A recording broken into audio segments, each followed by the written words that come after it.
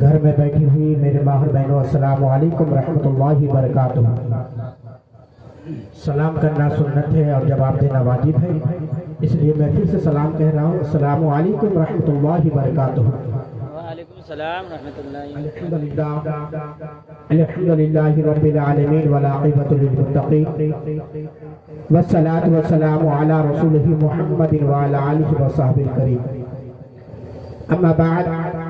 فقد قال اللہ تبارک و تعالی فی القرآن العظیم والفرقان الحمید النکاح بسنتی صدق اللہ مولانا العظیم وبلغنا رسولہ النبی الامین المتین الکریم ونحن علی ذلک لمن الشاہدین والشاکرین والحمد للہ رب العالمین۔ آئیے ہم اور آپ مل کر مدینے کے تاجدار سرور کونین مالک جہاں مصطفیٰ جان رحمت شموع بزم ہدایت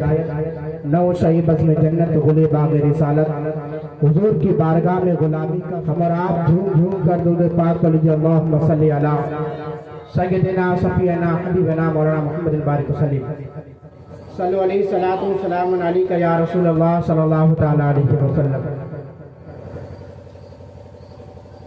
ابھی جتنے علماء کرام آئے ہیں باہر سے، سب ایک نعت کلام پیش کیا حضور کی بارگاہ میں، عشق کی مطلب تھا، اور نعت سننا جو ہے حضور کی سنت ہے، اور نعت کلام پڑھنا حسان بن ثابت کی سنت ہے، حضرت حسان بن ثابت کی سنت ہے۔ میرے عزیزو، یہ جو نعت کلام پڑھا تو یہ حسان کی سنت ہے، لیکن جو نعت کلام سنا وہ حضور کی سنت ہے، اور آپ لوگوں نے حضور کی سنت کو زندہ کیا، آپ لوگوں نے حضور کی سنت کو زندہ کیا ہے۔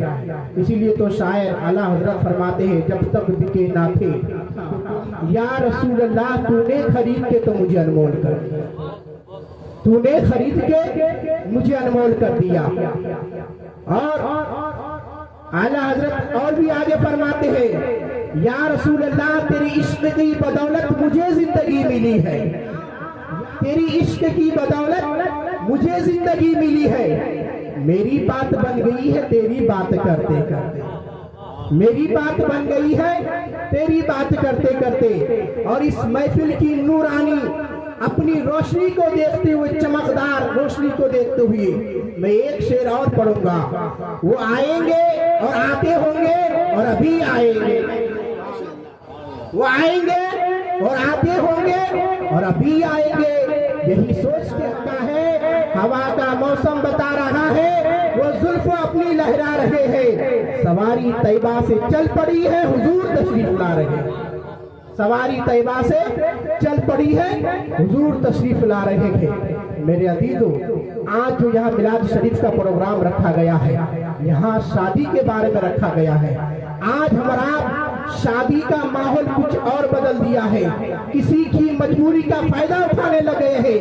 آج ہمارا کسی کی مجبوری کو نہیں سمجھ پاتے ہیں، آج ہمارے اندر وجہ کیا ہے، ہمارے اندر کمیاں کیا ہے۔ میرے عزیزو، اگر وجہ جاننا ہے تو مدینے کے تاجدار سے جا کے پوچھو، اگر معلوم کرنا ہے تو عمر بن وہاب سے پوچھو کہ مدینے میں سب سے زیادہ خوبصورت اس کی بیٹی تھی، لیکن حضرت عبداللہ اسود ایک کالا وہ آدمی تھا، لیکن انہیں ناپسند ہر کوئی کرتا تھا، لیکن حضور پاک کی بارگاہ میں حاضر ہوا، حاضر ہو جانے کے بعد عرض کیا، یا رسول اللہ سارے دنیا والے کا کہنا ہے کہ میں کالا ہوں، مجھے کوئی پسند نہیں کرتا ہے، یا رسول اللہ آپ ہمارے رشتہ کرا دیجئے، آپ کے نظر میں کوئی ہے تو بتائیے۔ اتنا سننا تھا، حضرت حضور پاک سننے کے بعد کہا، اے حضرت عبداللہ اسود ذرا جاؤ عمر بن وہاب کے گھر میں جاؤ، جو مدینے کی سب سے خوبصورت اس کی بیٹی ہے، مدینے میں سب سے خوبصورت اس کی بیٹی ہے، جاؤ تم حضرت عمر بن عبداللہ وہاب کے پاس جاؤ اور جا کے پوچھو کیا تمہارے بیٹی سے ہمارا رشتہ کرائیں گے، اگر انہوں نے ہاں کہہ دیا تو تمہاری شادی پکی ہو جائے۔ میرے عزیزو، لیکن جیسے حضرت عبداللہ اسود جو بہت تعالیٰ کے مدینے میں، لیکن ان کا بات جو ہے روایتوں میں بھی آیا، حدیث پاک میں بھی آیا ہے، حضرت عبداللہ اسود کو کون نہیں جانتے، یہاں علماء اکرام بیٹھے ہیں ان کو معلوم ہوگا بخوبی، لیکن حضرت عبداللہ اسود اپنی نفس کی حواس کے لیے نہیں شادی کرنا چاہتے تھے، بلکہ وہ شادی کرنا چاہتے تھے کہ حضور کی سنت ادا ہو جائے،